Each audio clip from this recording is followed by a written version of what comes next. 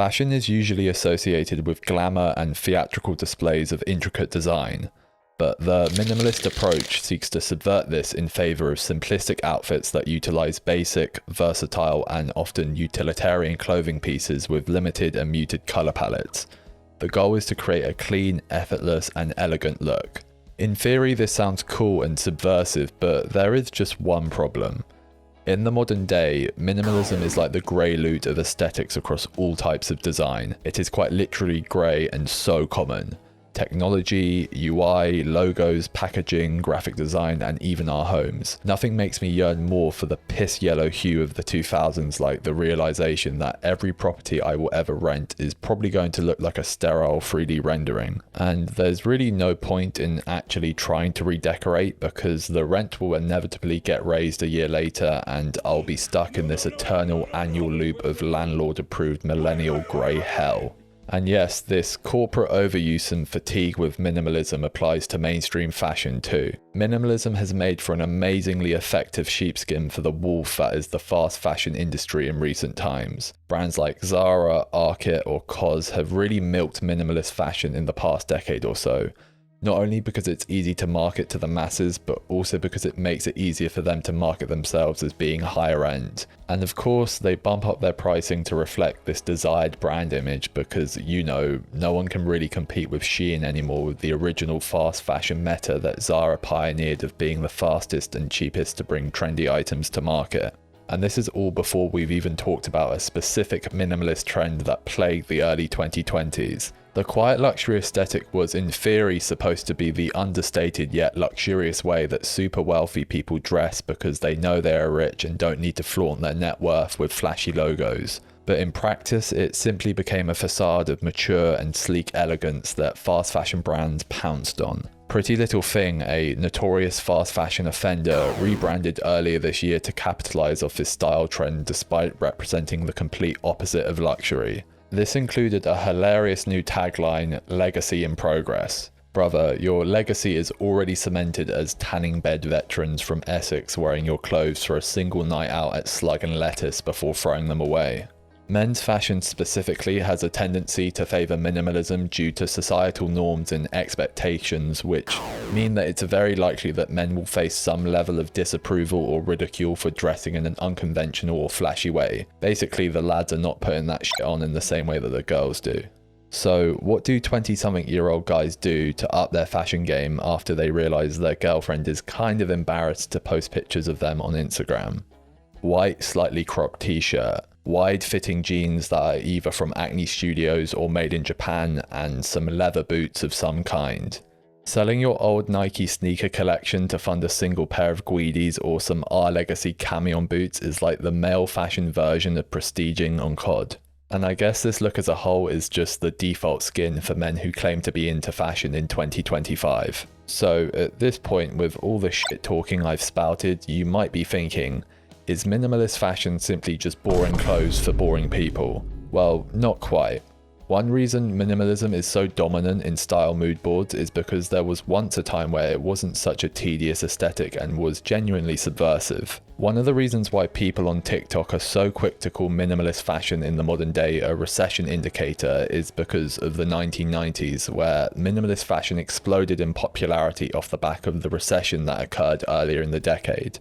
It was a cocktail of this economic climate and the rejection of the maximalist excessiveness of the 80s that led to the fashion market desiring something more simplistic. You can find a lot of celebrity paparazzi photos from this era that to this day are seen as a goldmine of style inspiration, even though most of them display pretty basic outfits. Some of the designers that defined and pioneered this fashion movement were Jil Sander, Calvin Klein and Prada. But for this section of the video, I want to focus on one designer in particular who I think not only defined this era, but is also likely one of the most influential designers of all time, Helmut Lang. Helmut was born on the 10th of March 1956 in Vienna, Austria. Not long after, his parents divorced, and so he would spend most of his childhood in an area called Ramsau am Dachstein in the Alps, living with his grandparents. At the age of 10, he would move back to Vienna to live with his father and stepmother until the age of 18. Helmut says that these were the hardest 8 years of his life. He was targeted due to his different accent, different upbringing, and generally he just didn't fit in with the rest of the kids in suburban Vienna. In an interview with Upstate Diary, Helmut was asked if he found that his childhood had a strong influence on him as an artist. He responded by saying, "Growing up with a necessary reduction to the essential, the need to experiment and invent in those circumstances, the opulence of festivities and local customs, the need for belonging in an urban environment later as a teen, and having lived and worked in different cultures. The sum of these and all other experiences is who I am." Although the question is in reference to his work as a fine artist, I think his response applies to his output of fashion design work too, which should become very apparent later on in the video. Helmut, like many other designers, believes that fashion and art are two separate things, but also agrees with the famous quote from Yves Saint Laurent, "Fashion is not quite an art, but requires an artist in order to exist." Fine art was actually Helmut's first love and creative priority. Not long after moving out at the age of 18, Helmut was making clothes for himself that he felt he couldn't find in shops, which evolved into making clothes for his friends to great success. Helmut saw his budding fashion design business as a secondary endeavor which would help him fund and pursue art as a primary career. Funnily enough, this is kind of how things worked out, just probably nowhere near as slowly or to the scale that young Helmut could have imagined, seeing as when he did eventually leave the fashion industry decades later, he did so to focus on being just an artist again. So basically his groundbreaking and immeasurably influential career in fashion was really just a scenic detour for him to return back to what he saw as his true creative calling.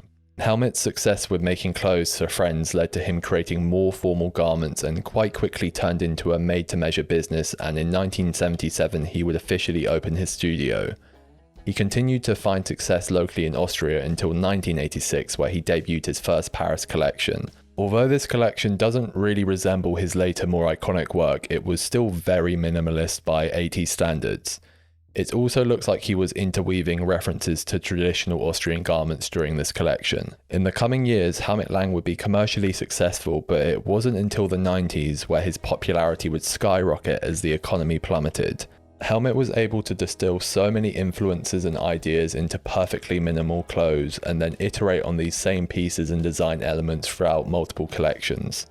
This resulted in extremely recognizable and wearable clothes that really spoke to fashion consumers at the time. As fashion critic Sarah Moa put it in one of her Vogue articles, Lang performed the rites of passage into adulthood for all those who had grown up as punks and ravers, people who'd slouched through their youth wearing nothing but t-shirts, jeans, parkas and sneakers as their tribal badges of honor. Before Helmut, fashion had nothing for this anti-fashion youth pack to put on. They didn't even want it. But by the mid-90s, this was the crowd that was rising to power in the creative classes. Artists, actors, stylists, photographers, movie makers, editors, graphic designers, entrepreneurs. People in their 20s and 30s who were going out and killing it in business for the first time in their lives. Helmut Lang suited them. By the mid to late 90s, Helmut Lang was wildly successful and began to show how ahead of his time he was. In many ways, he was the first coming of a 21st century designer. For his Spring-Summer 1998 collection, Helmut created one of his most iconic clothing pieces, the painter denim. Dirty jeans might not seem that significant or innovative from a modern perspective because you see this type of thing everywhere nowadays, but that's kind of the point. Helmut was the first to do this, and combined with his dedicated jeans line, which was created around the same time, this really was the first time denim jeans were presented as high fashion. So if it wasn't for Helmut, we wouldn't have stuff like the Acne Studios poo-poo splatter jeans in the modern day. In 1998, Helmut Lang made history by being the first designer to present a runway collection on the internet. At this point, consumers would usually only get a look at runway collections via print media weeks to months after the actual event.